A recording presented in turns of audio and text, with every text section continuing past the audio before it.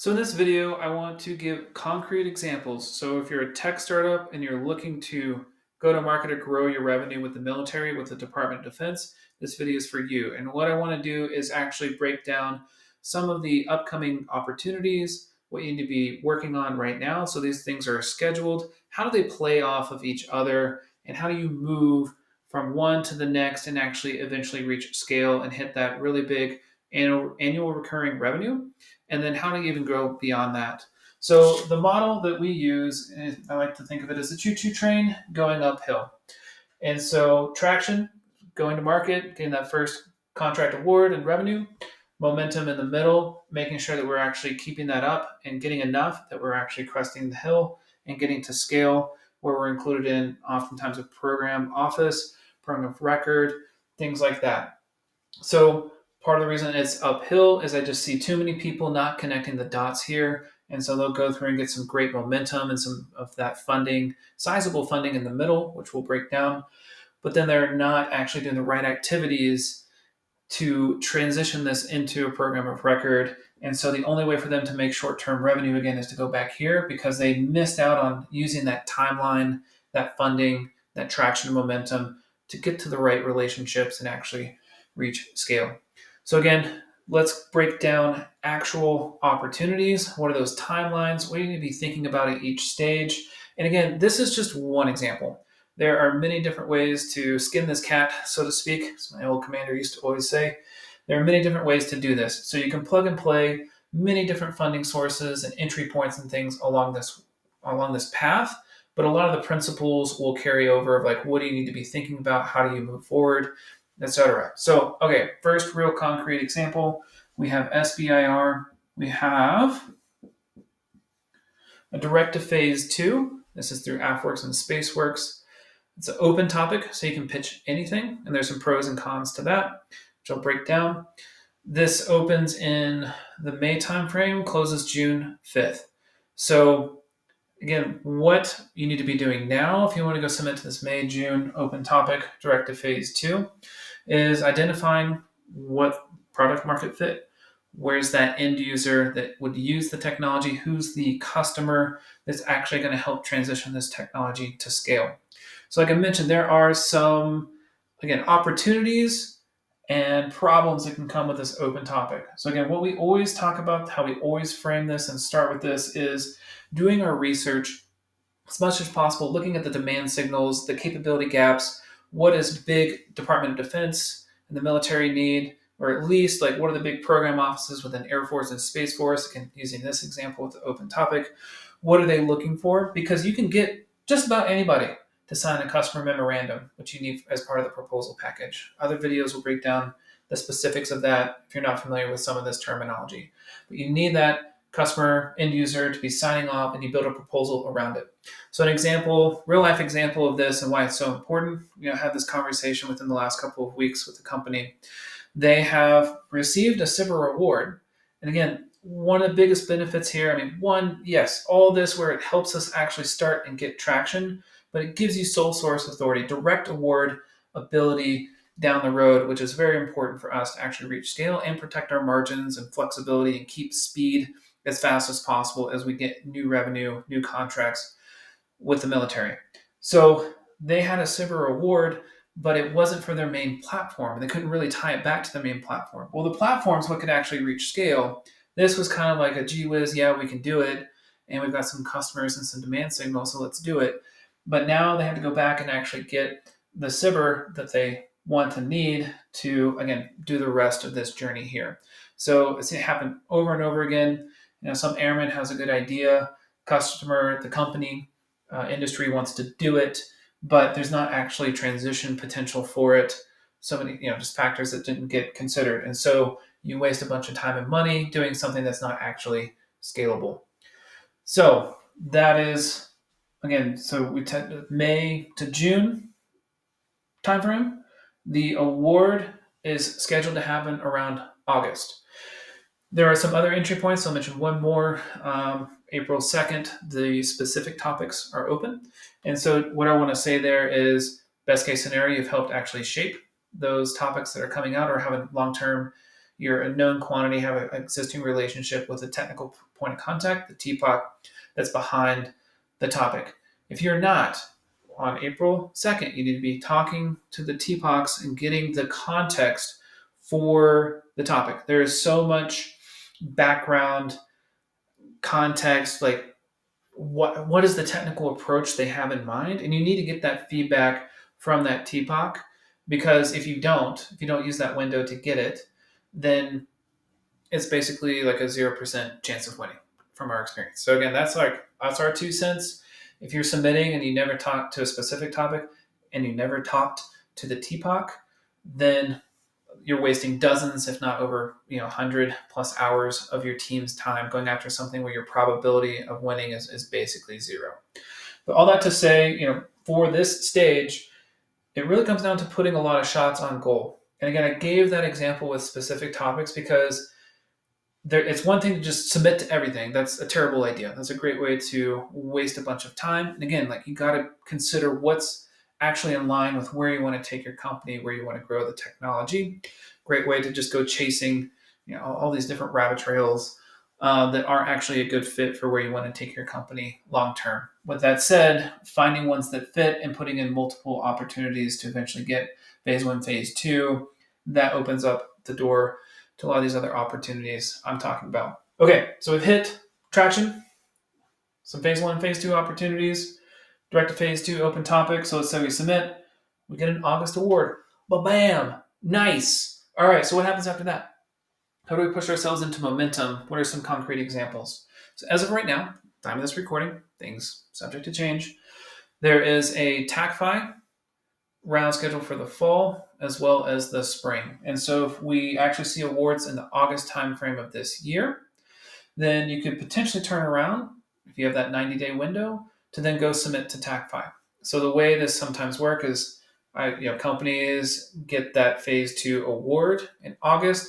That starts the clock. Then investment and other funding that happens after that award starts becoming eligible for TACFI and StratFi. So you get an August award, and within the next 6 months you're raising $2 million or more, you should be going in and putting in for that TACFI submission, because immediately you become eligible. You can use that outside investment to match and go after TACFI. So that starts putting us here in the momentum bucket. So August award, you're working your phase 2, maybe going in and submitting to TACFI. One other thing I'll say here about these timelines, especially if you're going for that fall TACFI, spring might make more sense for your customer, because you need some of that time to prove your company and your team and your capabilities and prove that out to the customer before they'll probably feel comfortable supporting the next submission or a TACFI type submission. What you really have to try and balance here is that some of these timelines are very long. So with the example of you put in a TACFI, let's just call it November, you might not see an award until April, May of next year.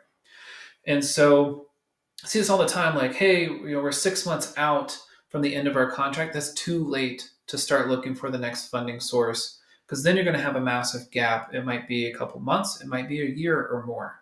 So it's this balance of, do we have the trust and relationship with the customer where we can make the ask and make the case that, hey, I know we're only on the phase 2 for a couple of months here, but this next award is not going to come until probably April, May of next year. So if we want to keep this going and keep building momentum next year, we have to start, sooner than later. And the other, de-risking it for your customer, the other thing here is they can always pull the plug on it. You can go through the TACFI submission process, even the months after, before they announce. If they are unhappy, that government customer can always pull the plug. So very low risk for them, just because they're doing the right things to actually help this transition, help this actually go somewhere. They should see a benefit from it. So they're not locked in by supporting that. So thanks for coming to my TED Talk. I'll get off my soapbox on that one for a little bit. Okay, so we're now through 2025 and we're getting into summer of 2026. And that's where we could look at something like StratFi. Or maybe the Army version, which is Catalyst. So again, we need a phase 2 to be eligible for StratFi. Catalyst has changed. Now you could go from no SIBR from a phase one or from a phase two. So actually quite a bit more flexibility. Thanks, Army. Super fun. Okay, to actually hit StratFi, you need very high level relationships. And so let's back that up a little bit. Even for TACFI, you need an O6 kernel equivalent signature. So for the folks on the commercial side not familiar with the rank structure, think of that as like a director, vice president, maybe senior vice president. They oversee like a large portfolio or like a certain mission set, and the buck stops with them. They have that decision authority there. So even for TACFI, you're starting to work up to higher level leadership. For StratFi, you actually need a program, a PEO level signature, program executive officer over the PEO. So general or SES, the civilian equivalent of general rank, that signs off for StratFi. And a big piece of this StratFi is having government matching funds. And a big mistake I see from companies is they think, again, you can match up to 15 million here. There's resources on the website, other videos that we have around this matching ratio and eligibility, all these things. A lot of details there. The point is, you need to have government matching funds or government funds coming in for you to submit here. And a lot of people think like, oh, I can't max out the 15 million right away. I should wait. You have up to around 4 years to match this. So if you're only getting 3 to 5 million per year from maybe this government customer, the program office, you can stretch it out over multiple years to max out that $15 million match. And again, the advantage here is, okay, we're leveraging SIBR and TACFI and things like that to start the conversation, maybe pull them into demos, start getting their feedback, getting their interest, seeing the mission impact that you can make, that then justifies, okay, now I need your signature to help push this forward, and we've got to talk about future year budget. So again, that's a great thing about StratFi and AppFit, which we'll talk about in a second. You get to really start talking about palming, so program objective memorandum, the paperwork and process to go and get future year budget. And so you get to have those financial conversations here, high level support within the program office that again should be that transition partner. And again, worst case scenario, say you don't get picked up for StratFi. They know who you are, they're interested in your tech, they did some paperwork or have a conversation about supporting you. You've talked about future year funding. So again, like worst case scenario here, you don't get a StratFi. You still are doing a lot of the right activities with the right people that can eventually lead to transition. I'm gonna pause there. I'm gonna make another video. Maybe make sure my audio is working. So I just finished up talking about StratFi. So the final piece I'll say about StratFi here is like, let's walk it back and talk about this timeline. So again, May to June 2025, award in August, or maybe through some other channels we talked about, fall winter award of a phase two opens the door to some of these TACFI and then StratFi opportunities. So let's assume they keep a similar cycle to previous years. What we saw last year, what we're expecting this year. But what we expect is the summer StratFi round closing around August or September. So we're now in summer of 2026, where you will actually see this award is most likely springtime, so April, May of 27. So let's just put that in 27. I didn't hit Catalyst as much, but again, kind of a similar piece. It's just know that there's other opportunities. This one's with the Army, a little bit different matching requirements. But again, another great kind of transitionary opportunity, checking a lot of the same boxes I talked about with StratFi. So anyways, we're putting in summer 26 for a spring 27 award. And maybe during this conversation with StratFi, you've heard, hey, we've palmed for you. Great, $20 million is coming. Awesome. In 3 to 5 years. What do you do between now and 3 to 5 years from now? So one is, StratFi is meant to bridge that gap. Kind of the next piece, though, that works really well together, potentially is AppFit. So this is another acronym. It's on our website, other videos on it, many videos on it. Office of Undersecretary of Defense, OUSDs, one of many, many different programs and funding sources that they have. There are many different other versions of this out there. is just one great example and of like how these things start playing together really well. So if you want to go after AppFit, for example, high technology readiness level, you need program office support, you need future commitments of future year funding, as committal as they can be within the law. But conversations and commitments for future year funding. And what the biggest pain point I saw last year in talking to all kinds of companies, answering all kinds of questions about AppFit, is they did not have a contract vehicle in place. So phase three, get an easy sole source direct award, be able to move faster, protect your profit margins. It's just great. It's flexible. Production OT, many other pathways. Won't get into too many of them, but basically, like you need, let's just call it a phase three stemming from here with a massive ceiling. So if Appet's on your timeline for summer of 2026, late this year, you would be wanting to start the phase three kind of conversation.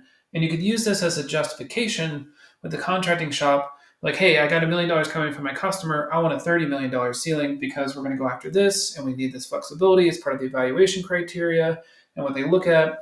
So you can kind of build in that justification to help you push a phase three vehicle, which actually helps with more funding and like the palming coming down someday and other budget fallout funding.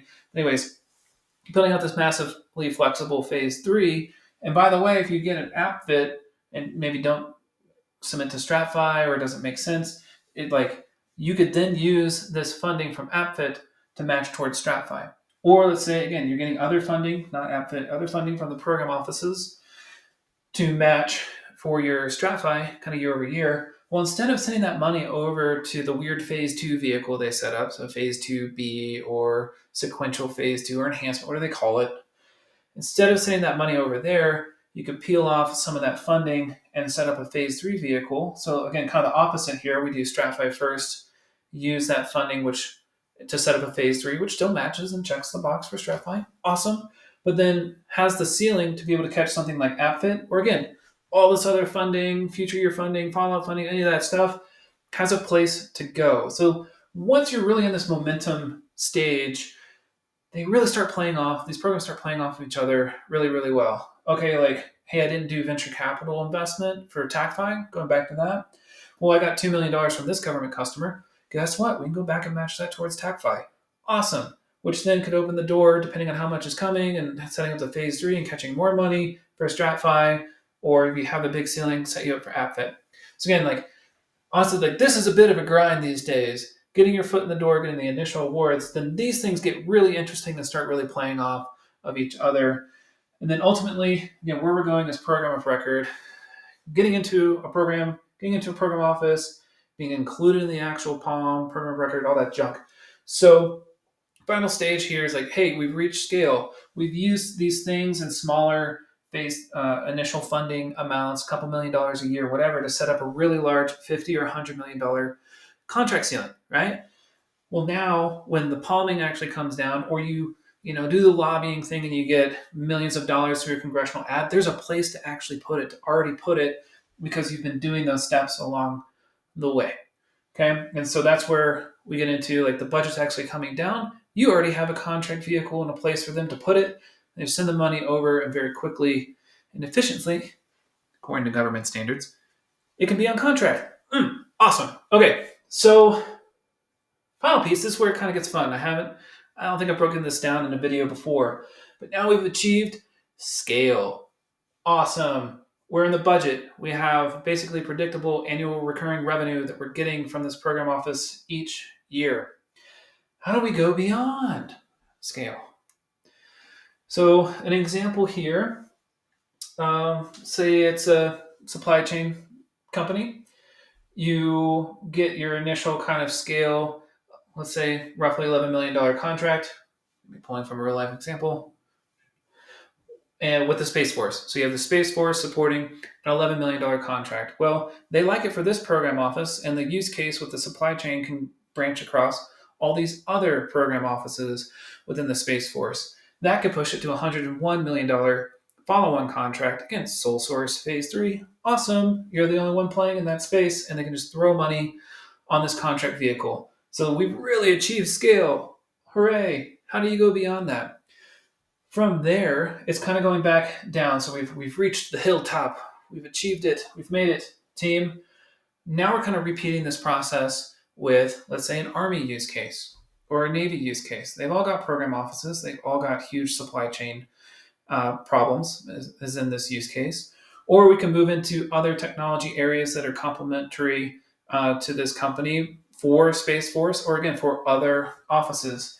And it may be like what we often see when companies are getting here, they've gotten big enough that they're no longer eligible for cyber. And that's fine. There are many other entry points and funding sources that can be this initial traction, or even kind of moving here into the momentum stage, but with a new customer. The difference is because we've reached scale with one program office or one military branch, you have so much more past performance, you have so much more credibility that you could jump kind of into the middle here with a different use case with a different office. Another example, everyone loves talking about Anduril, but they've done this really well, like scaling up with one technology area, and then it's like, oh, we're going to do missiles, we're going to do autonomous underwater drones, we're going to do maybe satellites. I think they said something about that recently, but that's how they keep running this over and over again. And you're building your mountain, getting higher and higher up the mountain, adding more and more revenue from different program offices. Again, leveraging phase 3 or other direct awards. They've done that very, very well. So that's just, again, some examples of we run this through, and then we can keep going. We can keep adding. We can get to the next hilltop. We can add more ARR and kind of have multiple of these things going at the same time. So, thanks for you stuck with me through that. Thanks for watching. That's quite a bit. Let me nerd out for a little bit on all this stuff. So, if you got questions, throw them in the comments. Love to tackle it. If there's programs that I missed or other avenues you want to know about, let me know in the comments. If you think this would help some companies who are considering going after the military as a customer, please share with them. Thanks so much for watching.